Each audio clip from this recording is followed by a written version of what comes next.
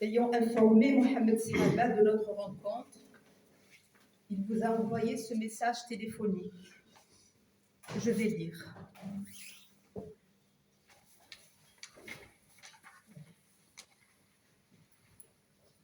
Il a envoyé aujourd'hui, il dit « Merci à l'assistance.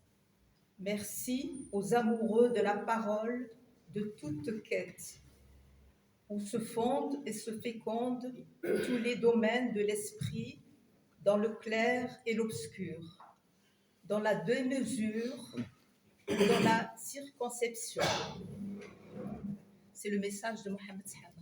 Merci. Et là, je vais citer quelques œuvres de l'auteur. Mohamed Sahaba a écrit « Te souviens-tu de la tendresse » édité à Paris, Saint-Germain-des-Prés, en 1983. Rempart, Alger, 1986, édité par Enal. Chronique de silence, 1986, édité par Lafoni. La Glide, 1989. Oran Association Ibda. Les chants de l'amant oranais, en 2000. Paris, l'Harmattan. Un veilleur en temps de détresse, en 2002, à Oran d'Al-Rad. Un roman, Le royaume des contrées mortes, roman, en 2004, édité par Al-Rad. Ce roman a fait l'objet d'une d'une lecture psychanalytique de ma part. Un autre écrit de Mohamed, Hommage à l'errant, édité à New York en 2007 par la revue Ceylan, Les mains secrètes. Un autre écrit de Mohamed, Le poème que cherchait ma mère, édité en 2014 à Alger chez l'édition de l'Azhar el-Btar. L'auteur est présent dans de nombreuses anthologies consacrées à la poésie algérienne et plusieurs de ses textes ont été portés à l'anglais, à l'allemand, à l'arabe et à l'islandais. Il est par ailleurs le traducteur au français de romans d'auteurs algériens dont Habib Sayah, Wassim El-Araj, Rabia Jalti, Aïcha Ben-Nour et Rabah Khadoussi. Voilà, ça c'est ce qui concerne les écrits.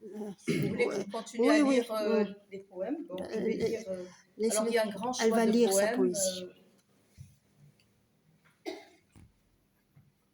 J'ai à ma portée un veilleur en temps de détresse et j'ai aussi le dernier écrit de Mohamed Sahaba, édité par l'édition Darmim. Darmim Assia d'Alger. Voilà.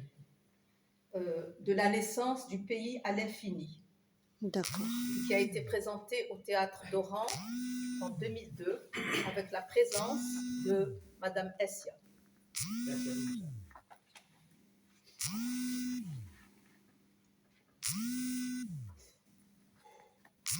Alors, cette terre,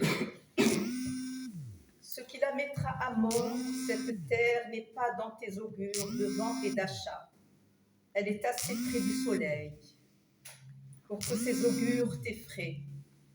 Elle parlera encore, ici, où là certes une langue en moins. Et nous nous aimerons dans ce que nous en aurons compris. Nul parmi nous ne sait de quelle strate elle le prie, mais tous, qu'on soit à sa tête ou à ses pieds, qu'on soit celui qui a froid et meurt peu à peu sur le varech, ou celui qui rampe dans le rap nocturne ou dans les cris. Tous savons de quoi elle est pétrie. Ce qui la mettrait à mort, cette terre, ce n'est pas l'entrelac de sa mémoire mal dénouée, ni les sépultures inégaux faites à ses légendes. Ce qui la mettrait à mort, cette terre, ce n'est pas le coup de forêt à sa roche, ce n'est pas l'écrissement de mon chant soudain moins doux, ni la jachère étendue à ses syllabes antiques et à sa force. Elle n'est pas notre terre sainte, elle n'est pas le paradis immuable qui attend endormi que la main de Dieu le distribue. Elle est vivante, mouvante, nue ou parée. Et nous disputons son offrande. Et celui qui en perd un droit vibre en elle entière de sa blessure. Ce qui la mettrait à mort, cette terre, c'est quand la déserterait nos cœurs, et nul amour de nous, fût-il vorace, fût-il enfantin, ne la tiendrait debout dans la lumière. Et qu'alors un jour, viendraient d'ailleurs ou de chez nous quelques-uns qui nous diraient « Partez d'ici, ce pays couché n'est pas de votre chair. » Merci.